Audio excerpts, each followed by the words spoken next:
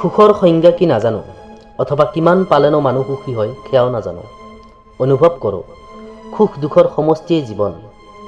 কেতিয়াবা যদি পোৱাৰ আনন্দত উল্লাসিত হৈছোঁ, কেতিয়াবা আকৌ হেৰুৱাৰ বেদনাত মৰ্মাহত হৈছোঁ। জীৱন এনেকুৱাই, পোৱা নোপোৱা ঘাট প্ৰতিঘাত হাঁহি কান্দোনৰ মাজেৰে আগবাঢ়ি গৈ থাকে। এটা সুন্দৰ জীৱন অতিবাহিত কৰিবৰ বাবে আমাক প্ৰকৃততে কি লাগে? কিছুমান অত্যাৱশ্যকীয় সামগ্ৰীৰ লগতে অন্ন বস্ত্ৰ আৰু বাসস্থানেই নহয় জানো?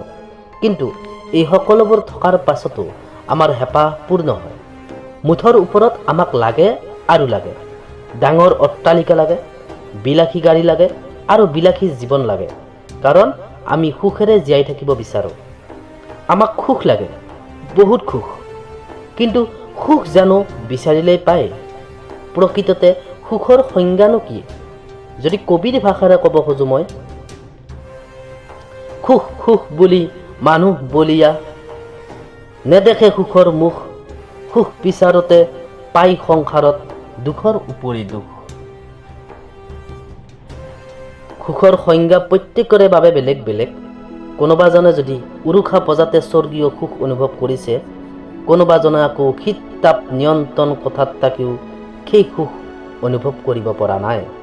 আচলতে সুখী হ'বৰ বাবে অত্যন্ত ধন সম্পত্তি বা বহুত টকা পইচা নালাগে। হাজাৰ হাজাৰ টকা ব্যয় কৰিও মানুহে সুখ কিনিব নোৱাৰে। সুখ থাকে আমাৰ মনৰ মাজত।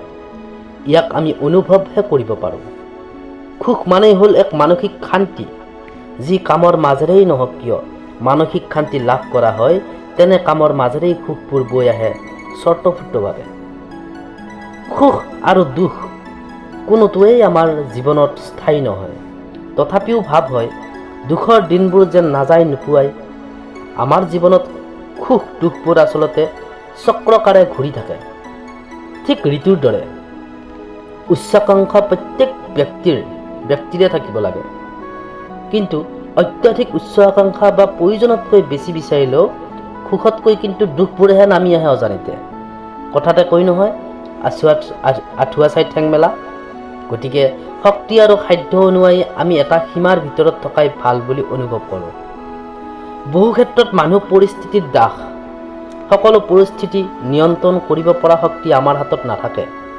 যেনে ধৰক বাৰিষাৰ বৰষুণ জাক, গ্ৰীষ্মত অত্যাধিক সূৰ্যৰ তাপ, মাজতে দুবছৰ কৰোণাৰ কাৰণে হোৱা ভয়ংকৰ পৰিস্থিতি। এইবিলাক আমি নিয়ন্ত্ৰণ কৰিব নোৱাৰোঁ। এইবিলাকৰ পৰা আমি কেনেদৰে সুৰক্ষিত থাকিব পাৰিম সেয়াহে চিন্তা কৰিব পাৰোঁ।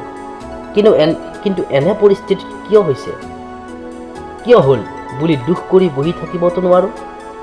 সুখৰ সংজ্ঞা বিচাৰোঁতে এটা কথাই উপলব্ধি কৰিছোঁ যে ব্যক্তি আৰু পৰিস্থিতি সাপেক্ষে আমি সদায় সুখী হ'বলৈ চেষ্টা কৰিব লাগে।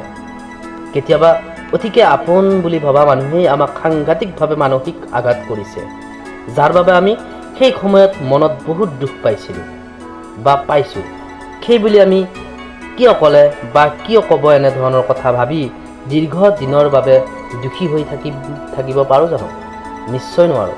কাৰণ আমাৰ ব্যক্তিগত জীৱনৰ সুখৰ ছবিটো আনৰ হাতত এৰি দিব নোৱাৰোঁ। মনটো আমাৰ, গতিকে আনৰ মন্তব্যৰ চিকাৰ হৈ মনৰ মাজত দুখো চপাই ল'ব নিবিচাৰোঁ। সুখৰ বিষয়ে বিজ্ঞজনে মন্তব্য আগবঢ়াইছে এনেদৰে: মানুহে বৰ্তমানক লৈ সুখী হ'ব লাগে। আধ্যাত্মিক পৰিৱৰ্তন আৰু গভীৰ উপলব্ধিয়ে মানুহক স্থায়ী সুখৰ সন্ধান দিয়ে। তাৰ বাবে লাগে মাত্ৰ মনৰ স্থিৰতা। দুখী হ'বলৈ সহজ, কিন্তু সুখী হ'বলৈ বৰ কঠিন। সুখী হ'বলৈ হাজাৰটা কাৰণ লাগে, কিন্তু দুখী হ'বলৈ এটা মাত্ৰ কাৰণেই যথেষ্ট। যেনেদৰে সাতৰঙী ৰামধেনুৰ সৃষ্টি হ'বলৈ যিদৰে ৰ'দ আৰু বৰষুণ দুয়োটাই লাগে, সেইদৰে জীৱনক সুন্দৰভাৱে অনুভৱ কৰিবলৈ সুখ আৰু দুখ দুয়োটাই লাগে। সুখ আৰু দুখৰ সংমিশ্ৰণেই জীৱন। দুখ বিচাৰি দিয়ে সুখৰ সংজ্ঞা। সেয়ে হয়তো কবিয়ে কৈছে, দুখৰ অৰণ্য নাথাকিলে ক'ত জিৰাবহি সুখৰ চৰাই।